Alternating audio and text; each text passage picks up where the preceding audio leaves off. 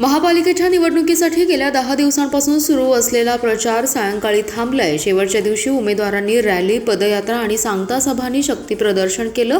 10 दिवस राजकीय पक्षाच्या नेत्यांनी एकमेकांवर आरोप प्रत्यारोप केल्याने वातावरण ढवळून निघालं होतं। बुधवारी दिवस रात्र छुपा प्रचार होणार आहे, तर गुरुवारी प्रत्यक्ष मतदान होणार आहे। महापालिकेच्या 78 जागांसाठी 381 उमेदवार रिंगणात आहेत। यामध्ये शिवसेनेचे 65, राष्ट्रवादी काँग्रेस अजितदादा 33, काँग्रेस 33, राष्ट्रवादी शरदचंद्र पवार पक्षाचे 20, शिवसेना उभाटा पक्षाचे 35 यांच्यासह मनसे आणि इतर पक्षांसह अपक्ष मैदानात आहेत। गेल्या 10 दिवसांपासून उमेदवारांनी राजकीय पक्षांनी जोरदार प्रचार केलाय।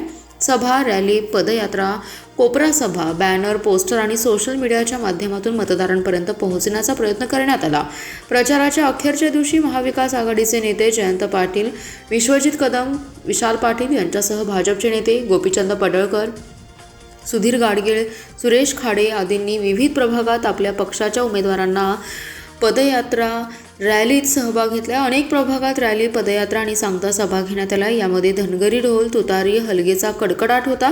यावेळी उमेदवारांनी जोरदार शक्ती प्रदर्शन केले। प्रचार थांबल्यामुळे बुधवारी उमेदवारांकडून छुप्या पद्धतीने मतदारांशी संपर्क साधला जाण्याची शक्यता आहे। घरभेटी, फोन कॉल, संदेश तसेच स्थानिक कार्यकर्त्यांच्या माध्यमातून मतदारांचं मन वळवण्यावर भर दिला जाणार आहे। मात्र आचारसंहिता भंग होऊ नये यासाठी निवडणूक प्रशासन सज्ज असून पोलीस आणि पथकांकडून कडक नजर ठेवली जाणार आहे।